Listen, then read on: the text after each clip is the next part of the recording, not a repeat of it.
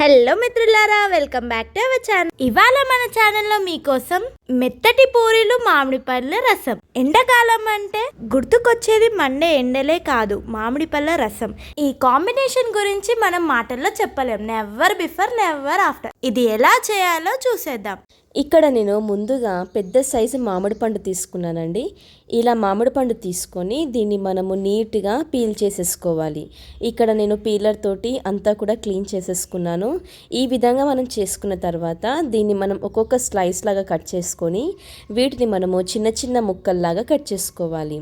ఇక్కడ నేను ఇది మిక్సీ జార్లో వేసుకొని దీన్ని మొత్తం మనము వాటర్ వేయకుండా పేస్ట్ అనేది ప్రిపేర్ చేసుకోవాలి. ఇక్కడ వీడియోలో చూపిస్తున్న విధంగా మీరు ఇలా ముక్కల్లాగా కట్ చేసుకొని మిక్సీ జార్లో వేసుకోవాలి.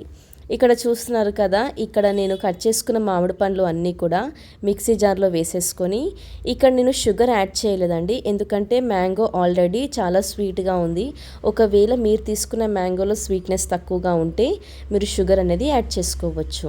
ఇలా ప్రిపేర్ చేసుకుందంతా కూడా ఒక బౌల్లోకి వేసేసుకోవాలి. ఇక్కడ నేను పూరీల పిండి వచ్చేసి నార్మల్గా మనం గోధుమ పిండి అలాగే ఉప్పు కొద్దిగా నూనె వాటర్ వేసుకొని కలిపి పెట్టుకున్నానండి.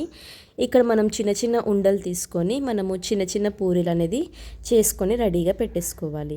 ఒకవైపు ఇక్కడ నేను ఆయిల్ కూడా హీట్ చేసుకున్నాను. ఆయిల్ వేడయ్యాక వీటిని మనం ఆయిల్లో వేసుకొని 2 సైడ్స్ కూడా మంచి గోల్డెన్ కలర్ వచ్చేంత వరకు వీటిని మనము బాగా వేయించుకోవాలి.